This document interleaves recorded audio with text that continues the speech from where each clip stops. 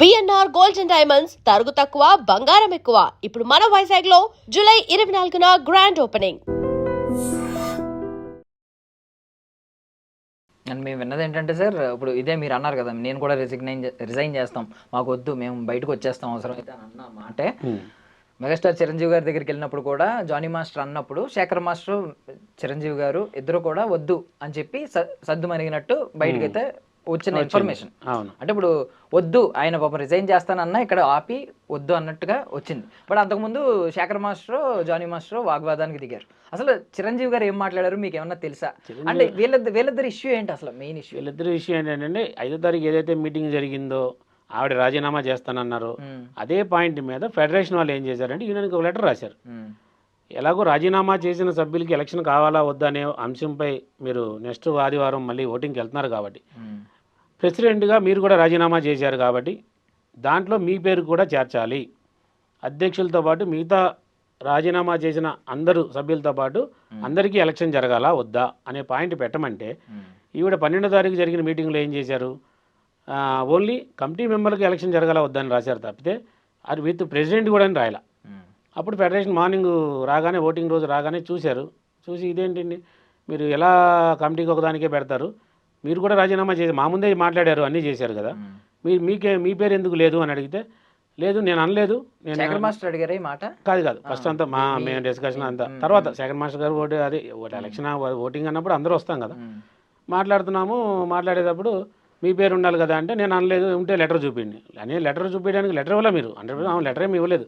But 100 మందిలో video ఉంది, video సాక్షిగా బయట పెట్టండి, తెలుసుద్ది మీరు అన్నారో అనలేదు.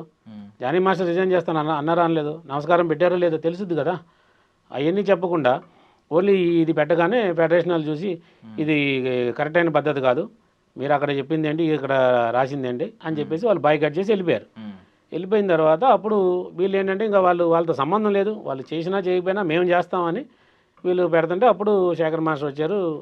ఇక అందరం కలిసి పైకి వెళ్ళి ఇలా మాట్లాడుతుంటే ఇక వాళ్ళ మనుషులు వచ్చి మీదకు రావడం, కొట్టడానికి రావడం, చాలా మీదకు తోపులాట చేయడం, ఒక ఇక అక్కడ ఆ సిచ్యువేషను ఒక నువ్వా నేనన్న తీరులో అలా సృష్టించారు.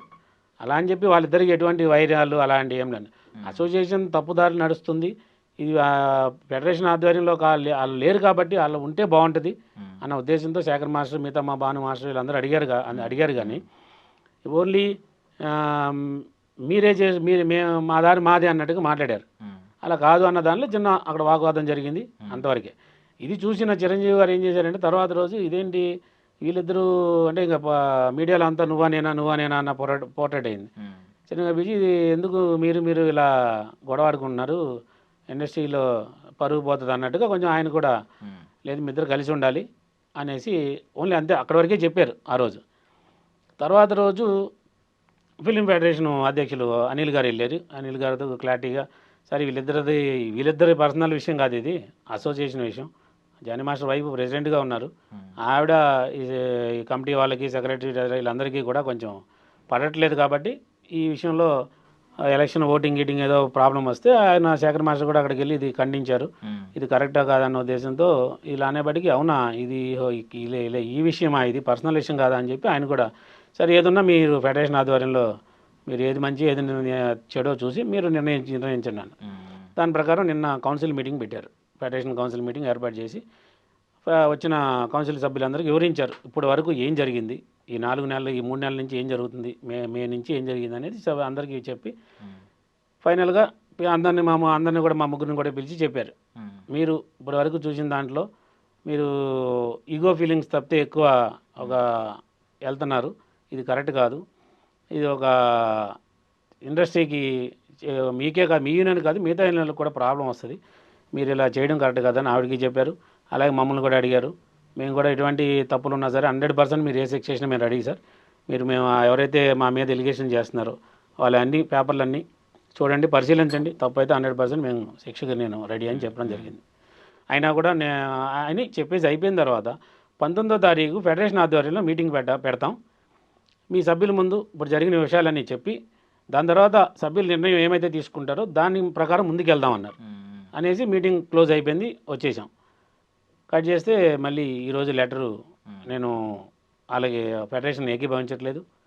నేను 26వ తారీఖు ఏదైతే బై ఎలక్షన్కి వెళ్ళాలనుకున్నానో ఆ ఎలక్షన్కి వెళ్తున్నానని చెప్పి నోటిఫికేషన్ కూడా ఇందాక 12 గంటలకి రిలీజ్ చేశారు.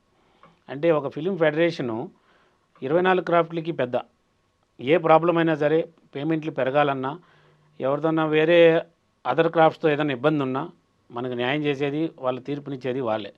అలాగే బయట వేరే వాళ్ళు మన అసోసియేషన్ మెంబర్లు కాకుండా వేరే వాళ్ళు పనిచేస్తే వాళ్ళు కూడా ఇలా జరుగుతుంది అంటే వాళ్ళని కట్టడి చేసి వాళ్ళు మన 24 క్రాఫ్ట్స్లో ఉన్న వాళ్ళు కాకుండా బయట వాళ్ళతో పనిచేస్తే కనుక వాళ్ళని ఆపి ఇలా కరెక్ట్ కాదు, మెంబర్ టు మెంబర్ పనిచేయాలి కాబట్టి మీరు వేరే వాళ్ళని బయట వాళ్ళని పెట్టుకుంటే కుదరదు అని చెప్పి మన సభ్యులు కూడా చాలాసార్లు చాలా సాంగులకి ఇలా ఆపడం, వాళ్ళు మనకి చాలా న్యాయం చేయడం జరుగుతుంది. వాళ్ళనే ఎదిరించి మీరు చేసేది తప్పు అని వాళ్ళని కూడా వాళ్ళ మాట కూడా ధిక్కారణ. అసలు ఎలా చెప్పినా కూడా అది చాలా రాంగ్. సో ఇప్పుడు ఫెడరేషన్కి వ్యతిరేకంగా వెళ్తే ఏమవుద్దండి? గుర్తింపుని ఏమన్నా ఈ అసోసియేషన్ గుర్తింపుని ఆల్రెడీ ఒకసారి సహాయ నిరాకరణ చేశారు, నాన్ కోఆపరేషన్ పెట్టేశారు ఒకసారి. ఏది ఈవిడ రాసిన లెటర్లు అవన్నీ చాలా ఉన్నాయి, మీకు కావాలంటే పంపిస్తాను, మీరు అది చూడండి, గమనించండి. ఆమె ఏమేమి రాయిపోతే అంత ఇదిగా వాళ్ళు స్పందించాల్సి వచ్చిందో అవన్నీ మీకు లెటర్లు చదివితే మీకు అర్థం అవుద్ది. ఆల్రెడీ గతం 1 మంత్ బ్యాక్ అది చేసేశారు. అయినా కూడా ప్లస్ మెంబర్స్ని దృష్టిలో పెట్టుకుని వాళ్ళు దాన్ని ఇంప్లిమెంట్ చేయలే. అంటే అందరూ వాళ్ళు మా మెంబర్స్ నష్టపోతారు, షూటింగ్లు ఆపేస్తే వీళ్ళని కాదంటే వేరే యూనియన్ వాళ్ళు వచ్చి జాయిన్ రెడీగా ఉంటారు. అప్పుడు ఏమైపోద్ది, వ్యవస్థ నాశనం అయిపోద్ది. ప్రొడ్యూసర్లు కూడా ఏమంటారు, ఓకే డాన్స్ మాస్టర్ ఎవరినో పెట్టుకుంటారు, నేను 10 మందిని బయట వాళ్ళు నేనే తీసుకొచ్చి ఇస్తా, అతను 1000 రూపాయలు 500 2000 ఇస్తారు. అప్పుడు ఏమవుతుంది, యూనియన్ మొత్తం కొలాప్స్ అయిపోతుంది. ఇలా చేయడం అనేది చాలా దుర్మార్గం అండి, అది చాలా కరెక్ట్ కాదు.